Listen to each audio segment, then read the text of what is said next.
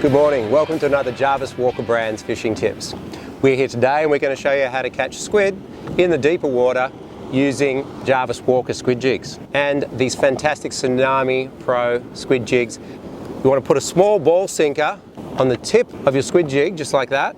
You can put a little slightly larger one if you're fishing deeper water. I always like to cast forward of the drift, whether that's into the shallows or out into the deeper water. And I like the drift to cover the ground. Pick an area that's got a lot of kelp, undulating hard bottom of boulders and so on. Make your cast and then just let it sink down. If you've got a section of reef where it's a little bit shallower, have one guy fish up in the shallows and another person fish out in the deeper water. You can also fish with paternoster style rigs where you have a sinker at the bottom and then squid jigs on droppers off. That way you can plummet them straight down and you can fish it, right near the bottom. I've hooked a squid. Let's see if we can get him in the boat. He looks to be hooked pretty well. Oh no, he's just on one tentacle.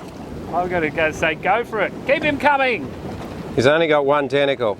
You reckon you can get him for me, Dano? Can.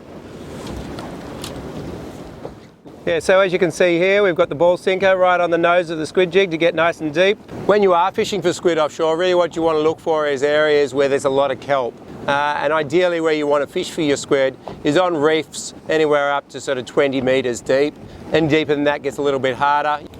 So I'm using the Rovex Specialist Squid rod and the Rovex Revenge reel. I've spooled this reel up with Rovex Air Strike 8-pound braid. I like to use between 8 and 15-pound braid when I'm squid fishing. When I'm fishing offshore, I like to use a 20-pound fluorocarbon leader. And today I've used the Rovex fluorocarbon.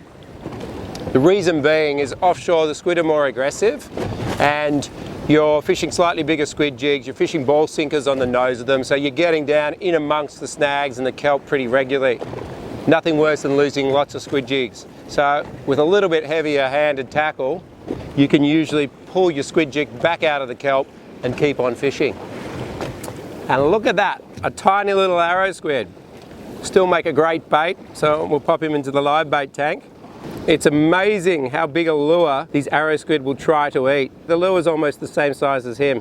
Whichever way you look at it, fishing for squid is really worth the time and effort that you put in. For more information on the gear that we're using today, go to rovex.com.au.